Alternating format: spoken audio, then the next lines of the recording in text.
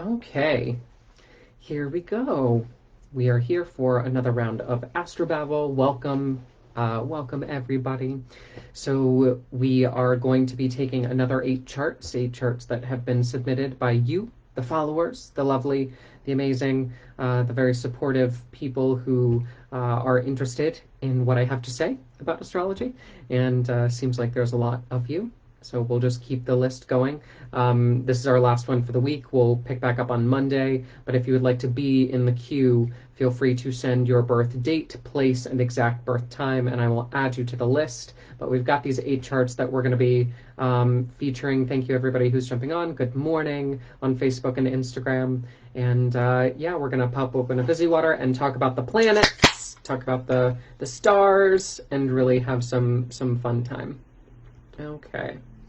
So first chart comes to us from Instagram. We have Jane Angelique, born 3:07 a.m. in Detroit. Let's take a look at this chart. Okay, we've got a Pisces ascendant with Jupiter retrograding Capricorn ruling the chart. This is a little bit tricky for the chart ruler to be in such a detrimental spot, Jane. Having Pisces on the ascendant gives you a natural intuitive edge. It gives you all of these spiritual qualities of Pisces. It also tends to mean that boundaries are a little bit skewed, especially when it comes to friendships. This Jupiter ruling your chart up in the 11th house of friendships.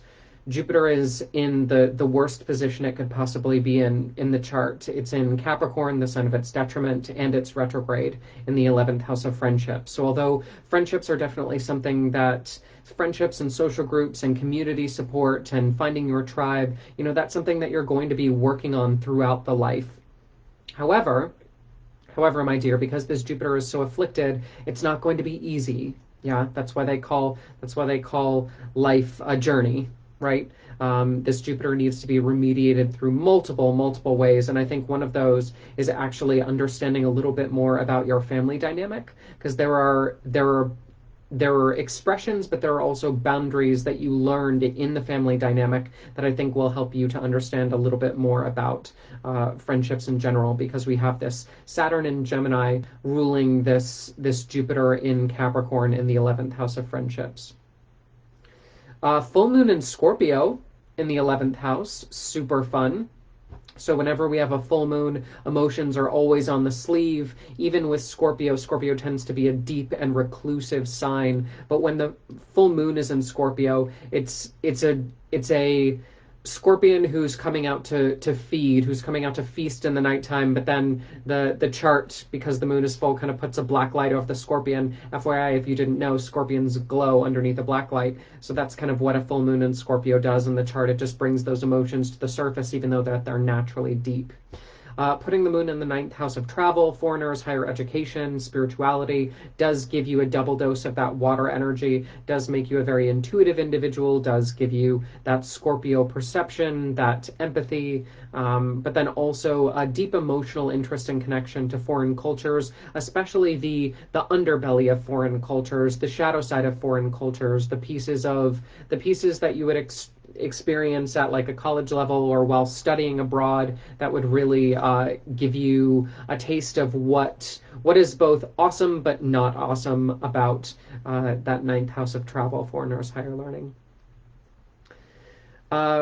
We do have some interesting dynamics in the 4th house of family. The Saturn is here, which means from a family perspective, there was this strict presence, this very repressive presence. But Saturn in Gemini is a little bit more forgiving, a little bit more spectrumy. But I find it even more interesting that you have both Mars and Venus conjunct almost in Gemini by 1 degree in the 4th house. So this is not issues, but conditions that revolve around bisexuality, integrating two genders, the mother and father being on the same page, but also potentially bringing in other partners into the family dynamic, the family being very broad spectrum, very wide, very intellectual, very caring, but also love was coming from multiple different places, despite there being this Saturn here, this restrictive principle. I think Venus and Mars and Gemini really made things fun, adventurous, loving, but also in a boundary-oriented way. Educational, because Gemini rules all those intellectual faculties, but also holding back what needs to be held back from a Saturn perspective. Yeah, this Mercury in Aries as well picked up a lot of that intellectual spark. Oh, interesting, because that Mars in Gemini is ruling the 9th house of travel, 2nd house of finance. It wouldn't surprise me if there was traveling, going abroad with family, moving constantly because of that 9th house, but then also the idea of a lot of financial wellness coming from family. The Mars and the Mercury are in mutual seption, so money and family very tied in your chart. You giving money to family, them giving money to you, etc. That's where a lot of income will take place. Oh, interesting. And income will also take place from the spouse as well, about halfway through the life. We have Pluto maturing in Virgo retrograde, bringing in a midlife spouse who will actually give financial benefit as well due to that Mercury in Aries in the 2nd, ruling the 7th house of finance. But yeah, we really need to focus on that North Node in Capricorn in the 11th. The idea of friendships, finding your tribe, super important to make you feel loved, to make you feel accepted, but also understanding that you have work to do in the social dynamic, honey. There's a lot of things that you need to pay attention to that are important for you to build bridges, not burn them, especially as you investigate things like success. It's important to understand those aspects. Cool. Thank you, Jane, for donating your chart to science. Good morning, Marcelo, Albert, Sandy, Vishakta. I'm going to delete your comment. Please do not post your birth date, place, and time in the comments publicly for people to see. We want to keep your privacy as a first priority. Only private message me those details. Thank you. Thank you. Okay, now we're on to Jeremy, chart number 2. So Jeremy was born at 9:32 a.m. in Orlando, Florida boy, just like me. So we've got this Cancer ascendant. Ooh, honey, Jeremy. Ooh, Jeremy. Honey. Darling. Boo-boo. This 0-degree Cancer ascendant at 8 seconds in gives me like the urge to vomit as an astrologer. Not because it's a bad placement, it's not, but just it's right on the edge. It's right on the cusp. Your ascendant is so close to being in Gemini. If that birth time is not absolutely exact, like within the minute, we might need to redo your chart and specifically work with something a little bit more exact. Or if the reading that I'm about to give you does not necessarily hit the mark for you, if it doesn't make sense, if you're like, that's weird, I don't necessarily feel that, your ascendant is so close to shifting the chart in a whole different direction. So we need to be just a little bit more exacting on that. We do have Mars in Cancer and the South Node in Cancer. Not something that I necessarily like to see. It does give you a little bit of an overbearing mama bear energy to your chart. And I say mama bear without gender connotations, just the idea of Cancer being that feminine sign who is also very protective, very family-oriented, very compassionate, very loving, very caring. But you've got this Mars in Cancer in the 1st. So there's this, like, don't touch my children kind of energy to the first house of self. Also, because from a medical placement, Cancer does rule the stomach and Mars controls inflammation, the idea of acid reflux being a symptom that you'll need to manage and just be aware of should that become an issue. South Node in the 1st house, we're really working on your relationships this time around, specifically intimate relationships via the 7th house. South Node in the 1st house, you're really trying to sacrifice your sense of self this time around. You've understood how to be an individual. Now it's time to understand how to be a partner. Yeah, and that's really what your chart is working on this time around. Unfortunately, there are some markers that we kind of need to talk about. We have this moon in Aquarius who's naturally just a little bit emotionally distant, but very, very good in the 8th house in terms of business stuff, entrepreneurial stuff, especially with Saturn in Aquarius here. It's great business stuff, great entrepreneurial spirit, some really interesting topics from that dynamic, especially because we've got Jupiter and Leo down in the 2nd, ruled by the sun in the 11th. Friends are always going to be there to support you financially, but it's almost about you emotionally supporting yourself by accessing financial freedom. However, one of the connotations of the eighth house is the house of death. And because Saturn in Aquarius is ruling your seventh house of relationships, we need to understand that the death of a spouse is something that could potentially occur in your chart. And I think that does fit with a little bit of your life path journey, having the North Node here in Capricorn, as well as Neptune and Uranus, being attracted to a partner who lives life so freely, who's able to, play by the rules, but also break the rules. It teaches you how to live life a little bit more spontaneously, but some of that spontaneity can sometimes get out of control and remind you that, life is totally impermanent, and a sense of identity is meant to almost be sacrificed for the sake of spending time with someone you love and enjoying the fruits of that emotional labor, as it was. Let's see, what else do we want to talk about? Family is a hidden enemy to you. When we look at the family dynamic, we've got this Libra ruling the fourth house of family, Venus and Gemini in the 12th house of hidden enemies, also hospitalization, so the idea of family constantly going in and out of the hospital, and or the idea of family specifically being being treated as a hidden enemy in your book, people who should not be trusted, which totally get you.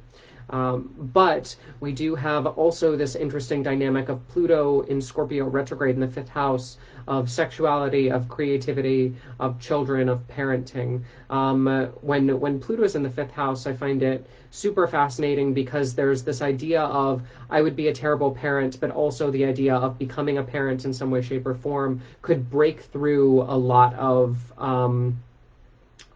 personal baggage and a lot of drama. Again, children being the production of that relationship, that thing that we're trying to strive towards in your chart, something very important, but there is a lot of emotional baggage here. Children may not come until halfway through the life. You may inherit children from a second marriage, especially if that eighth house gets triggered in the first and the spouse does end up passing away. We have this lineage that needs to be worked on, but that toxicity that needs to be transmuted and purified over the course of the life. As a final note, I really like this moon in Aquarius, Mercury in Aries. So moon in Aquarius is in the 8th house of business. Mercury in Aries is in that 10th house of success. And they're making a sextile to each other pretty close by 1 degree. I think that's definitely a fun placement for business as well. That entrepreneurial spirit, again, shining through.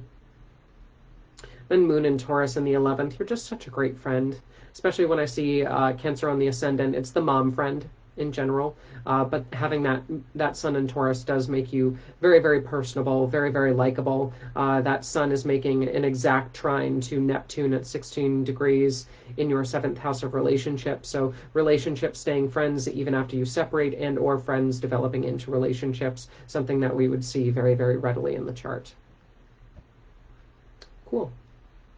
Good morning. Thank you so much for jumping on. I'm seeing all these messages. I will get to them later, I promise. Hi, Jean. Hi, Lucia. Hi, Alex. Hi, Maricela. Hi, Lisa. Hello, everybody on Instagram. Matthew, Amy, Valeria, Celestial Body, Jane. We are now on to Steve. Steve is chart number 3 in the chart, who was born at 11:11 p.m. in Slough. Let's take a peek. So we've got Leo on the ascendant this time around, with Saturn in the 1st house and Mars in the 1st house. That's interesting, Steve. Whenever we see both malefic planets, so Mars and Saturn are technically considered the bad planets, although there's no good or bad in astrology, and each planet has a spectrum, an octave range on which it can express itself. Mars being that hot and dry energy that tends to be a little bit more aggressive, a little bit fiercer, a little bit more combative, yeah? And Saturn being that restrictive, that drying, that oppressive force that tends to teach you a lesson, bring up some karmic debts. All of that being in the 1st house of self does make your personality rather intense. So if you're wondering why people view you as a threat, that would be it. honey. We also have an interesting dynamic of you putting your sun in the fourth house of family, ruling the chart. So family is massive for you, Steve. Absolutely massive. However, there is baggage there as well.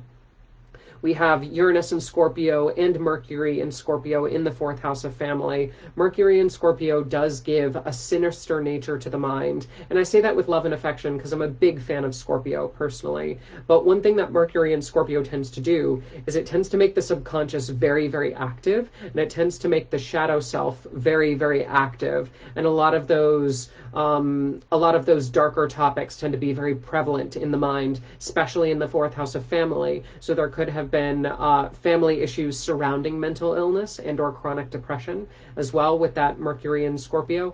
Sun in Scorpio tends to bring a little bit of light to that situation, but we also have Uranus in Scorpio, which pockets away secrets, and those secrets are actually very volatile in nature, which I don't necessarily enjoy seeing in the first house. And I think that this is why you've put so much fierceness in your first house. Like, Steve, you're preparing for battle. You've been taught to prepare for battle every single day of your life.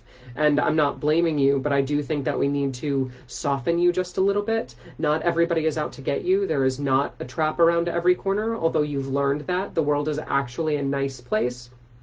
We don't need to dismantle your defense mechanisms because defense mechanisms are totally valid, and it's how we move throughout life and understand that if there is something of danger, our mind needs to be able to kind of compute that ahead of time and bring those questions up to the surface. But especially paired with this moon in Virgo in the second, like the idea of you constantly being hyper vigilant of every little detail, especially when it comes to money, and deriving a lot of your emotional wellness from your bank account. And when your bank account is low, you are emotionally low. When your bank account is high, you are emotionally high. And that's a dangerous spot to be in when you constantly live your life as a condition of other people's actions and other things that you can't necessarily control. Don't really like that as much.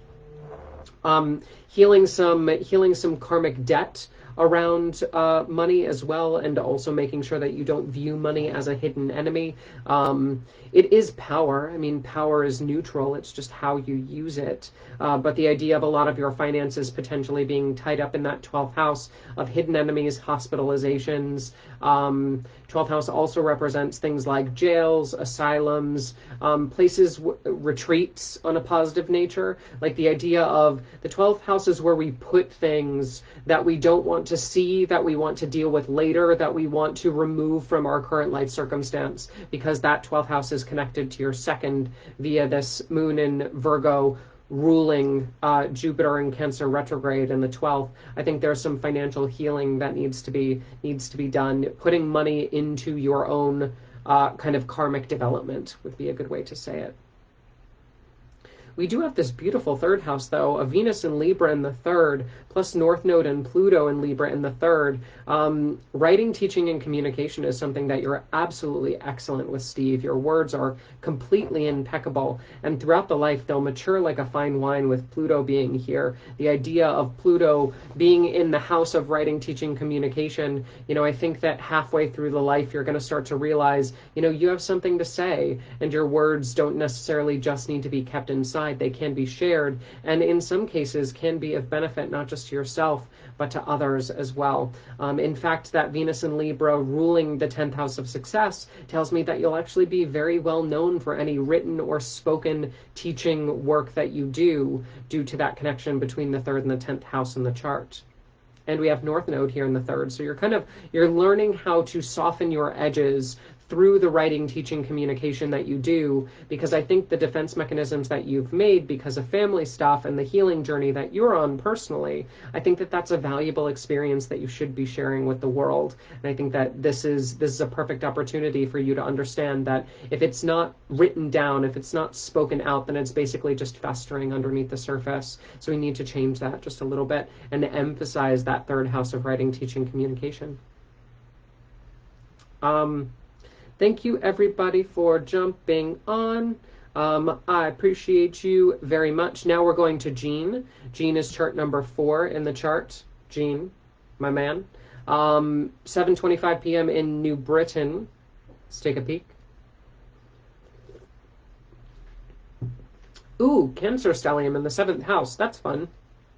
Um, conjunct Jupiter. What? Or not Jupiter, Uranus. That's crazy. So interesting. So we've got Capricorn on the ascendant with Saturn and Scorpio ruling the chart up via the 11th, with the MC in Scorpio up in the 11th as well. Anytime Saturn rules the chart, Gene, there's a physical frailty to the body, especially earlier in life, prior to 16. The body is weak. The body is not in and of itself yet. It takes a while for people with Capricorn on the ascendant to kind of grow into their own skin, as it were. But one of the interesting parts of your chart is you've put both your MC, your midheaven, the highest point of your chart, and this Saturn in Scorpio ruling your chart in the 11th house of friendships and tribal communication. Like you're really here to surround yourself with the people that you know, like, and trust, and to develop a community, and to make sure that you are, especially because Scorpio is involved, you're able to share the secrets around the campfire, and you're able to kind of help people on those darker days that they have. And by coming together in that solemnness as a community, you can heal and transmute so much of the chart, especially around difficult topics like death, which is associated with your chart via that Mars and Leo ruling the 11th house of friendships. Friends dying at an early age may have influenced this idea of you needing to surround yourself with your tribe, but also you understanding that the only way out is really through it together, is a good way to think about the chart dynamic that you've chosen. Um, do, do, do. 14 degrees, yeah. Um, Relationships are really interesting in your chart because we've got Mercury in Cancer and Venus in Cancer enclosing your ascendant. So the partner that you choose is not just going to be a spouse. They're also going to be somebody who absolutely challenges you on your healing journey. Somebody who you'll get along with very, very well, who has this very motherly energy, who has this octomom presence. When we look at Venus in Cancer, that's the image that always gets conjured as, the mother with 1,000 tentacles, just kind of stamping kisses on babies and coddling others. And that's definitely the energy of the spouse that you've chosen. But the Sun and Uranus together brings this real unpredictability into the relationship. And although Sun in Cancer is tempered slightly and is that heartfelt empathic connection, there's this zaniness, there is this unpredictability, this uprooting quality of Uranus in the 7th house of relationships, means that it's, your relationships are always trying to change and evolve and shake things up and do things different, and bring in new energy, and trying to make sure that we don't get stuck or stagnant, which, frankly, Gene, if we're being honest, that Saturn in Scorpio tends to get stuck pretty easy in their own groove, in their own way. Yes, it's comfortable. Is it correct? Not always. So yeah, there's that. Also potentially going into business with a spouse, because eighth house of business is connected to the 7th house via the sun ruling all these Leo placements in the 8th. Yeah, but we're not really working on work or success, Gene. I think the priorities of your life are definitely more people oriented and healing oriented. For real, the idea of this North Node in the 12th house of karmic healing, being ruled by this Jupiter and Leo in the 8th. Death is something that continues to come up as a theme in the chart. And I think that we need to understand that, like, it's one thing to forge your own path and to start your own business and to investigate things like financial power and wellness and investments and understand that aspect. But the 8th house of death is a place that we understand that things are impermanent. Things are always shifting and changing, but we don't necessarily have control over when those shifts and changes happen. We do have control over the healing process that we take on for ourselves. And that's something just to be aware of, because we've got so much connection to that 8th house. Pluto also here, Mars in Leo also here, very, very close to Jupiter in Leo. There's just so much activity in that 8th house that I think the topics of death, taxes, estates, business, very much something that's present in your chart and something that your spouse will help you through via that sun in Cancer ruling the 8th. We've got this moon in Virgo up in the 9th of travel, foreigners, higher education, constantly learning, a love of learning for sure, but not just a love of learning, but a love of learning like really weird, intricate stuff. Like Virgo doesn't like to learn everything. Virgo likes to learn specific things and master those specific things, but the things that Virgo chooses to master are often very niche, very nuanced. Not the nuts and bolts, but kind of like the fine-tune Swiss springs in a Rolex watch. What else do we want to talk about in Jean's chart? I think that's pretty much about it. I mean, we could talk about this chart forever. There are so many dynamics with the referrals of the houses, but I think that's a pretty good summary of Jean. Thank you, Jean. I appreciate you, man. Thank you, everybody who's sending me messages. I will get to them all the way after. And we are about halfway through, so just before we move on, if you would like to be in this queue, if you would like to join the live stream, I just need your birth date, place, and exact birth time.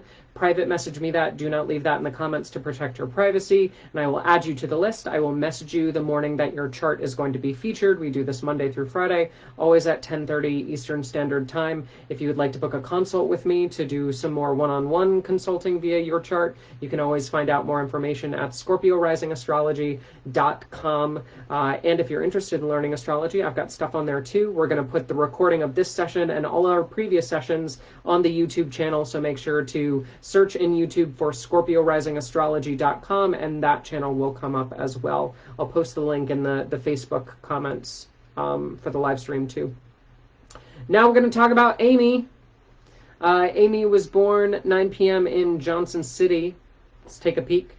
We've again got that Mars in Cancer in the 1st house of self. So the idea of that kind of mama bear energy, that aggressive Mars tendency tempered by the Cancer compassion. Ascendant in Cancer as well. Just really, really enjoy seeing that. Just because it brings a level of empathy, a level of softness, a level of care. But with Mars being present, it activates the cardinal side of Cancer, which is a little bit more aggressive, a little bit more initiatory, constantly trying to do. But instead of Mars being a doing planet in Cancer, it's a serve. How am I of value via my acts of service? That's a big thing with the 1st house.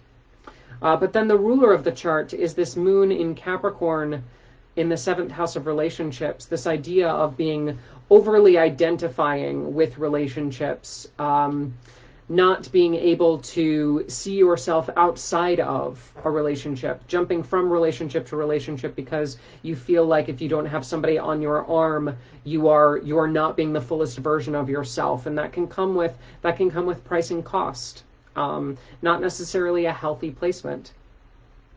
Especially with all this Scorpio energy in your chart in the 5th house of children, creativity, sexuality, we have this tendency to hide, this tendency to keep secrets, this tendency to be a little bit more Scorpio, a little bit more dark and mysterious, and that doesn't always rub a Capricorn partner very well, because that Capricorn on the 7th, even though signs might not necessarily match up with loved ones, we do have that Capricorn energy, that more mature, stern, restrictive, unemotional, earthy type driven energy in the 7th house of your type. Yeah, but because of that, you like somebody who's able to give you space and you give them space, because you've got a lot of space that you need to take care of your own internal stuff. Because Mars in Cancer is ruling the 5th house of children, also very, very important that you work or have children in general. We have some interesting stuff, though, in this 5th house. We have Mercury in Scorpio, we have Uranus in Scorpio, we have the Sun in Scorpio, and North Node in Scorpio, all in the 5th. You know, you're understanding how to be a mom, but understanding how to be a mom and how to explore your own needs, your own creative outlets. Very, very important. When we look at Mercury and Scorpio in the fifth, this idea of understanding how everything is a power dynamic in life. You know, whether you're talking with children or you're talking with adults, really doesn't matter whether you're talking with an intimate partner or a neighbor down the street. It's all about who holds the power. Yeah, and that's an absolutely fascinating concept in your chart as well. But because Scorpio is associated with sexuality and the fifth house is known as a sexual house, as well as when we think of what sex makes, it's children, yeah, and also the parents of those children. We have a lot of sexual energy in the chart in the fifth house. And I think understanding all those creative impulses, both from a creation standpoint in terms of things like art and all the ways that you would scratch that itch of birthing new things into the world metaphorically, but then also the idea of this being the children house, and understanding that, you know, there is this impulse to tend to try to keep secrets from children, but that's not necessarily the most ideal way to move forward. So balancing this fifth house and understanding what it's like to create on multiple levels, definitely a big theme in your chart. We do have this Mars ruling Jupiter in Aries retrograde in the 10th. The obsession with fame and success and wanting to do good and be good at something is very prevalent in the chart. Being well known for what you do is something that will be inevitable. People just tend to trust you. People just tend to give you responsibility without knowing who you actually are. And that's something that I find really interesting with your chart is we have all these secrets in the fifth, but these secrets in the fifth aren't deterring you from the success stuff. In fact, I talked about this yesterday a little bit, the idea of because you have so much that you're working through internally, people naturally trust you more because they're like, oh, she gets it. Like there's a vulnerability here. There's a sense of not weakness, but there's a sense of receptivity here. There's a sense of somebody understanding what is being gone through. One thing just to be aware of with the chart, though, is we have this Venus and Virgo in the third house of writing, teaching, communication. Speak up, girlfriend. Speak up. Let your words be heard. This Venus and Virgo is almost exactly opposing this MC in the ninth and Pisces. You serve no one by making yourself small. Absolutely no one. And I'm going to tell you that again. This Venus in Virgo, goddess of unconditional love, in the picky, restrictive, energy resource managing sign of Virgo, tends to turn you into a little bit of a Karen, like when we think of that. Venus does not like to be restricted or withheld, and Virgo is a very withholding sign. And when we find that in the third house of communication, like you holding back your words and you not telling people what you think and what you feel only makes you feel bad and them feel awkward. So we need to make sure that this Venus in Virgo is expressed a little bit more therapeutically, that we use caution, yeah, but we don't hold back as much as you're used to, because it's not necessarily about making people feel comfortable, honey boo boo darling.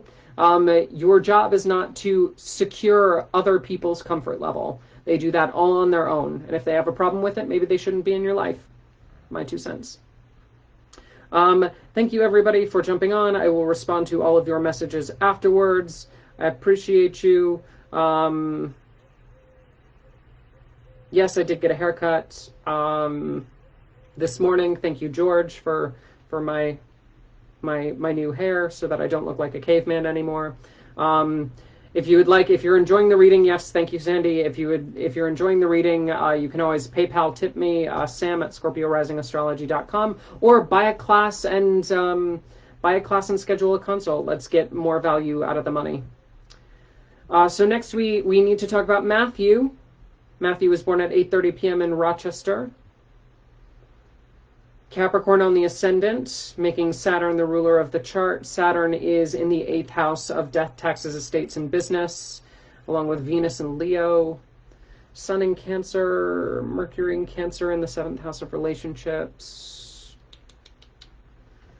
Mars and Taurus in the 5th. Where do we want to go with this? So Matthew, we need to talk a little bit about this 8th house in your chart. So we've talked about the 8th house already, being the house of death, taxes, estates, and business. Because your ruler of the chart is associated with that 8th house, I think that those topics are going to be very, very prominent in your life. As well as Venus and Leo, you have a natural charm and a charisma when those topics are brought to the surface. And I know it sounds weird, like charismatic death, charismatic taxes, like what? But especially because your Saturn in Leo is ruling your 2nd house of finance, I think you'd actually be really good at investment strategies and money stuff. Yeah. Interesting dynamic though with the 12th house as well. Another house that people don't really like to venture into. We have Jupiter in Sagittarius, its most proper placement. It is retrograde. We also have the moon in Sagittarius and Pluto in Sagittarius in this 12th house of hidden enemies, karmic healing, jails, asylums, hospitals, retreats, the idea of being isolated from the world in order to heal. And because we have the moon here, Matthew, I think one of your default mechanisms is to retreat very deeply and to focus on yourself and understand how much work that you need to do on a personal level this time around, because there is a lot that we need to do, but not to be ashamed of your 12th house stuff, because when you take your own wellness into your hands, whether that's physical wellness or whether that's mental emotional wellness, that's actually one of the strongest things that you could possibly do. Yes, we need to leverage your skills, but a lot of your skills that you're good at are really meant to pay for how you round out the chart. And what I mean by that is, you might be really good at those 8th house topics of death, taxes, estates, business, ruling your financial house of wealth. Like that might be someplace that you succeed really, really great at and in, especially because Venus is ruling that 10th house of success. Like you've got some serious charisma there, boy. But when we look at why that is, why you're so good at those things, the why behind your what is actually so that you could focus on your own healing, is actually so that you can investigate this 12th house and really start to unpack some of the scars that life has left you with, or that you brought in this time around. Let's see. We've got Sun and Mercury in Cancer in the 7th. Mercury is retrograde. Communication in your relationships is going to be a sticking point, just as an FYI. It is going to be something that you're going to need to work on very heavily. It is going to be something down the road, especially I would not fear seeking out counsel and therapy for your relationships, because there's a certain level of, I love you so much I can't tell you what I'm thinking or feeling. Because that Mercury is retrograde in the 7th house of relationships, Mercury being that sign of communication in that kind of compassionate sign of Cancer. One of the things that I would suggest to you is work with the written word. Work with the idea of scripting out your conversations in advance. Work with before you have a conversation with somebody, literally write down everything that you want to say, how you would want to say it, their responses to what you say, like literally script it out beforehand. And what that's going to do is it's going to help you with your words. It will give you something to literally read when you can't find your own words, because impulsive conversations with relationships just do not do well with you. And it'll help you understand a little bit more about what you're actually feeling, because you're venting your feelings on paper and making sure that they don't stay trapped in that 12th house where they're retreated. And in fact, writing, teaching, communication is something that you're going to be doing frequently. It's actually where you're moving towards in the chart with this North Node in Pisces. Teaching in unconventional ways, because Uranus is here in Pisces in the 3rd. So not necessarily being that grade school teacher, not necessarily being somebody who's thought of as a traditional educator, but somebody who's actually going to go above and beyond and use this third house of writing, teaching, communication to deliver some really impactful healing stuff, because that Jupiter in Sagittarius in the 12th is ruling this third house of writing, teaching, communication. Like, you're really here to investigate the bowels of life, to understand what it's like to be downtrodden, to understand how to recover from that, and then to share that message with the world as you continue to do your self-care and self-work via the other placements in your chart. Awesome. Thanks, Matthew. Appreciate it. Love ya. Yes, that's all I have to say about Matthew's chart. We've got two more charts, and then we will be done. So we have Miri, born at 5:50 or 5:22 p.m. in Seattle.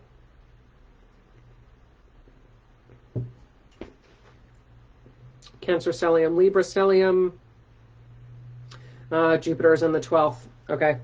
So we've got Miri's chart, which has Sagittarius on the ascendant, Uranus and Neptune, both outer planets, both retrograde, both in Sagittarius in the first house of self, and Jupiter in Scorpio in the 12th house of hidden enemies. This brings a lot of self-development into the chart that we need to take care of, Miri. I think that when it comes to you understanding that the Lord of your chart is in this hidden enemies, you tend to be your own worst enemy. You tend to make things a lot more difficult than they need to be, especially with Scorpio. Secrets are going to be the bane of your existence, personally as well as with other people. Uranus and Neptune make your personality very whimsical, very exciting to other people, but you getting lost in the lie of the ideal.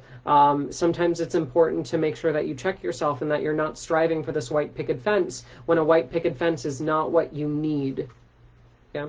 What you want and what you need are two very different things, and it's really important to vision board and talk about what you want and to make sure that you have in your mind's eye what you see as potentially happening down the road. But my darling, there's a lack of practicality in the chart that I think we need to address, because not everything can be fixed with fairy dust is a good way to think about these first house placements.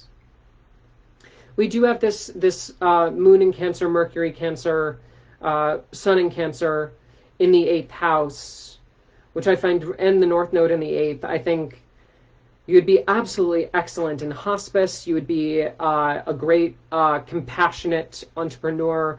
You would do very well in financial planning, especially when it comes to, that Saturn in Libra, that exalted Saturn ruling your second house of finance. Yeah, you'd be really, really good at the financial stuff for sure. That Moon in Cancer is also making an exact square to that, so there's going to be some good positive tension there. Yeah, I really think that 8th house is very packed, very similar to the previous chart, with good stuff with the North Node here as well. But there is that compassionate side of Cancer being in those kind of rough and tumble 8th house topics.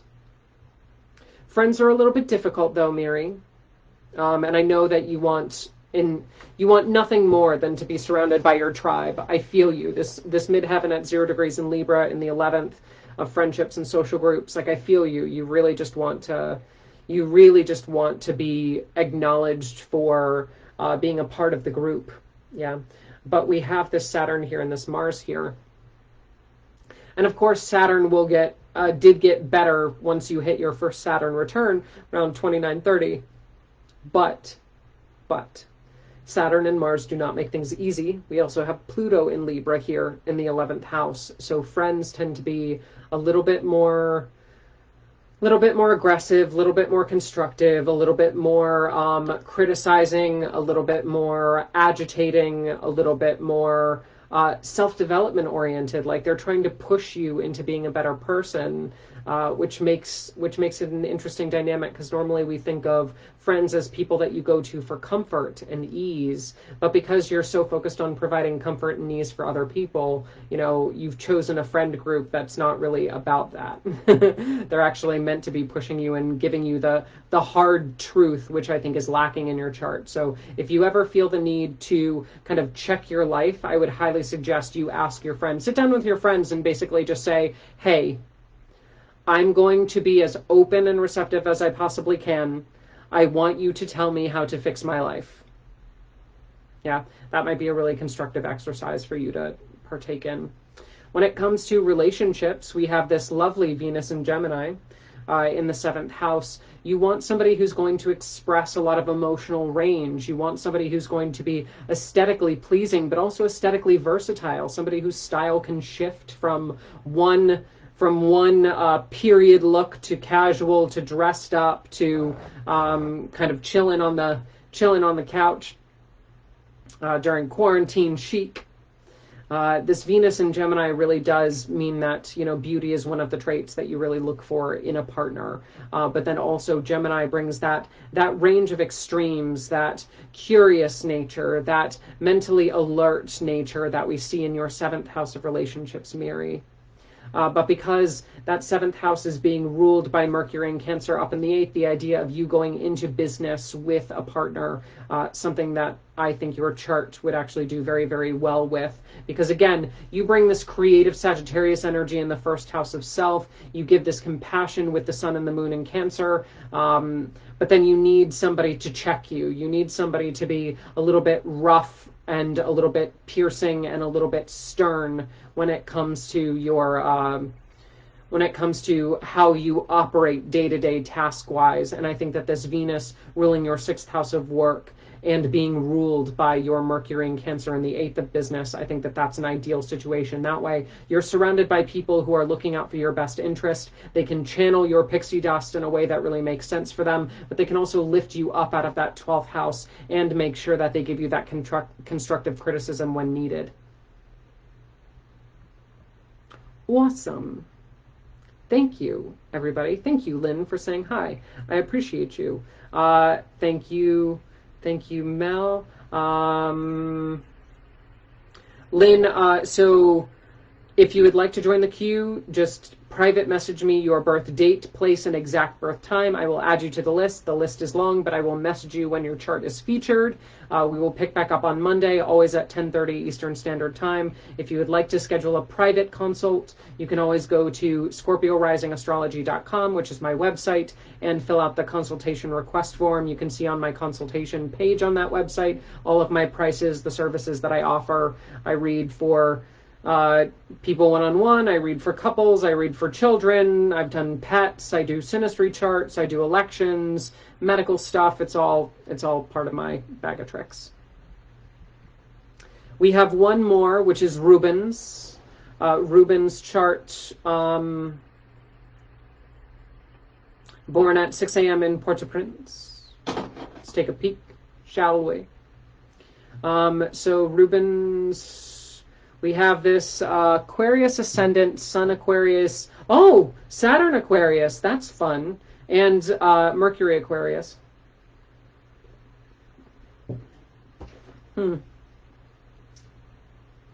That Saturn Aquarius is really strong. Very strong. Very powerful. The moon in Leo in the 7th opposing the ascendant. So dynamic. So dynamic. So versatile. So chic. So in. So hot right now. When we look at Aquarius in general, and especially having Saturn in the 1st house of self, I think that we need to be very, very aware that, again, first 30 years of life, not particularly great. Because Saturn is one of those planets and one of those placements, when we find Saturn ruling the chart, that really takes its time. It makes the body and the self very feeble, very weak, very malnourished in some cases. especially because Mercury in Aquarius is here, to the point where even physically, one of the symptoms that might have happened because of that malnourishment would have been like tingling or numbness or nerve dis-ease in the extremities, like peripheral neuropathy, lack of feeling, hypersensitivity, all those kind of nerve diseases when Saturn in Aquarius tends to restrict minerals in the body when it's placed in the first house, along with the sun, like just the idea that you burn through resources really quick and your nerves tend to be on fire anyway. But once we hit that first Saturn return, things get a lot easier and you start to understand, hey, I'm ripening like a fine wine. Like, age is actually the best thing to happen to me. Like, I'm not dreading old age at all because I know I'm just going to keep getting better and better. And that's something that I think is beautiful about charts ruled by Saturn or Pluto, those maturation-oriented planets. We do have Mars in Cancer retrograde in the 6th. I find that really interesting. Like, super protective energy in the 6th house of work, health, pets. Like, the pets that you choose, often very protective and defensive because of that mama bear, aggressive Mars and Cancer energy. I love you, but I'm going to bite their head off if they look at you wrong. But then also from a work perspective, that's actually something that you do very well. You'd be an excellent security guard. You would be an excellent, especially for high profile people, you'd be an excellent, just anything involving like the need to protect and serve other people. You probably did really well as a wait staff person, even though you did tend to get really frazzled very easily. You have the heart. You have the heart for it, for sure. Speaking of the heart, we have this moon in Leo in the 7th house of relationships. I think that having a moon in Leo in the 7th is just really, really a beautiful placement to have somebody in your life who treats you like a king, from a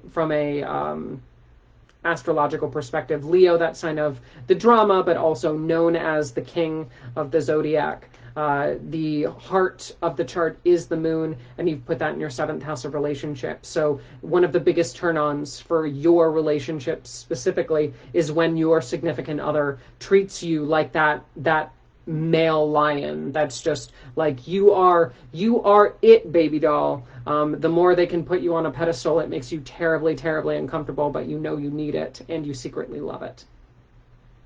So yeah, that's a fun dynamic for sure. Let's see, what else do we want to talk about in this chart?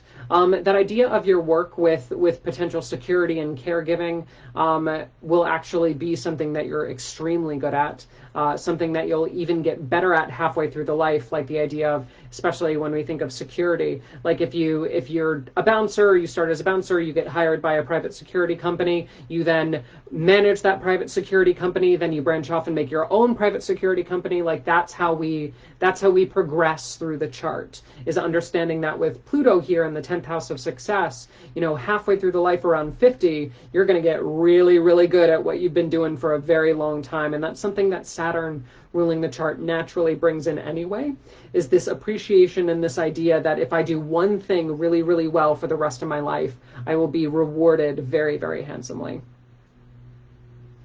Then we have this North Node in the 11th, ruled by Jupiter in the 9th. Like, you love to surround yourself with foreign friends, like people who have traveled the world, people who have learned a lot, people who are very educated, people who embody that 9th house of travel, foreigners, higher education, spirituality. Those are the kind of people that you really enjoy being around, people who you view as your tribe.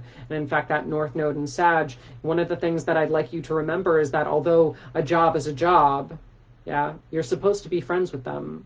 Like, you are literally supposed to be surrounding yourself with people who you care about at any given moment. And I think that you understand that at a certain point, you're emotionally invested regardless of how much you try not to be. Yeah, so don't fear the emotional investment, honey. Let's see what else. Jupiter in Leo, or in Libra, retrograde in the 9th house, also ruling the 2nd house of finance. So when you travel, when you do interact with foreign cultures, again, security, just kind of makes sense if you were to be in that security, that Mars in Cancer retrograde in the 6th, and you had somebody from out of the country come in and you were hired to protect them. Like, you'd be very, very good at that. And that would actually get you a lot of money, especially if the job was overseas.